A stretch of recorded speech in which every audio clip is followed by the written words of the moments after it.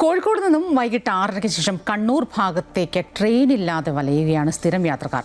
6:30 കഴിഞ്ഞാൽ പിന്നീട് 10:25 മാത്രമാണ് ആ റൂട്ടിൽ ട്രെയിൻ സർവീസ് ഉള്ളത്. വൈകിട്ട് 6:30 മുതൽ 9:30 വരെ മെയിൻ്റനൻസ് ടൈമാണെന്നാണ് റെയിൽവേയുടെ വാദം.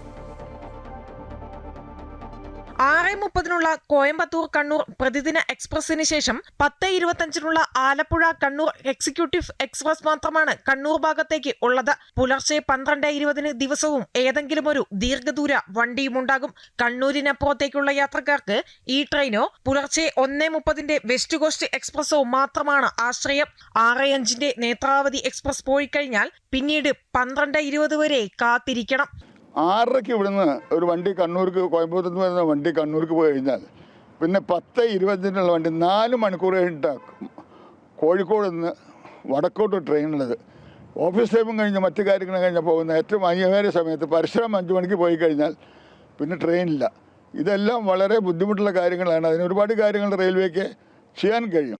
ഷൊർണൂർ കണ്ണൂർ മെമു വൈകിട്ടോടിയാൽ യാത്രക്കാരുടെ യാത്രാ പ്രശ്നത്തിന് പരിഹാരമാകും. കൂടാതെ 7 മണിക്ക് ശേഷം കോഴിക്കോട് നിന്ന് കണ്ണൂർ വരെയും ഒരു മെമു സർവീസ് വന്നാൽ യാത്രക്കാർക്ക് അതും ഒരു വലിയ ആശ്വാസമാകും.